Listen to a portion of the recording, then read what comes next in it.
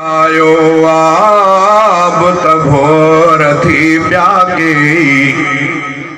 मोहम्मद पाक जायो नूर संदा चमकाट वया थी नूर संदा चमकाट वया थी दुनिया में दिल भर आयो आब तभोर थी प्याके मोहम्मद पाक जायो आब तभोर थी प्याके मोहम्मद पाक जायो नूर संदा चमकाट वया थी दुनिया में दिल भर आयो आब तभोर थी प्याके मोहम्मद पाक जायो पहाड़ कुफर जी पटजी वी जुल्म जी ऊंदहे मिटजी वी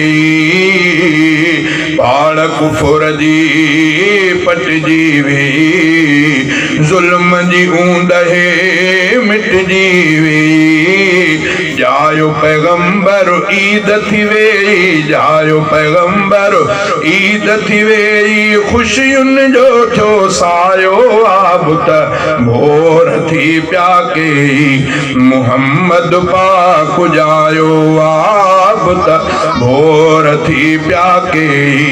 मोहम्मद पाक जायो नूर संदा चमकाट वया थी दुनिया में दिल भर आयो आब तभोर थी प्याके मोहम्मद पाक जायो सोहणो मोहम्मद एडो आहे चोॾींहं जो चंड कुछ भी नाही सोहणो मोहम्मद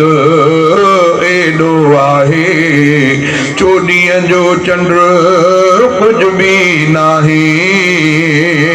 पाक नबीअ खे मुंहिंजे नबीअ खे सोहणो सभ खां मुंहिंजे नबीअ खे सोहणो सभ खां परवर पाण बणायो आब तभोर थी प्याके मोहम्मद पाक जायो नूर संदा चमकाट वया थी दुनिया में दिल भर आयो आब तभोर थी प्याके मोहम्मद पाक जायो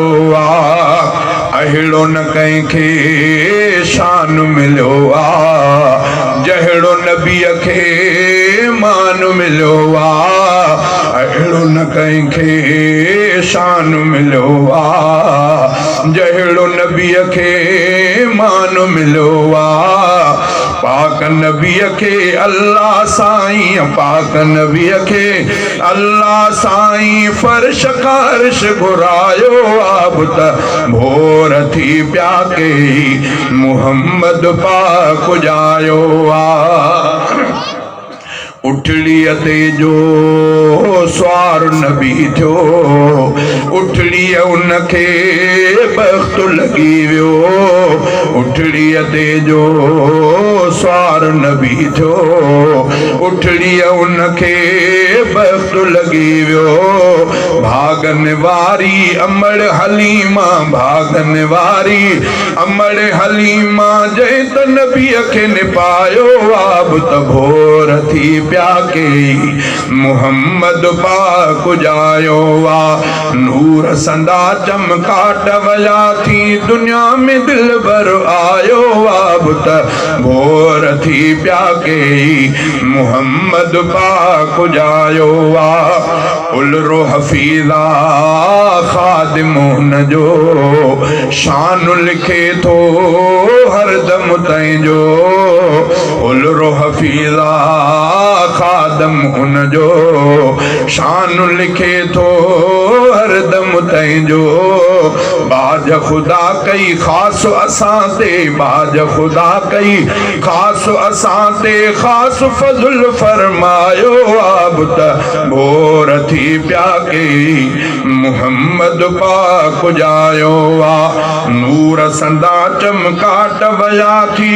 दुनिया में दिलबर आयो आब त भोर थी प्या के मुहम्मद पाक जायो आ।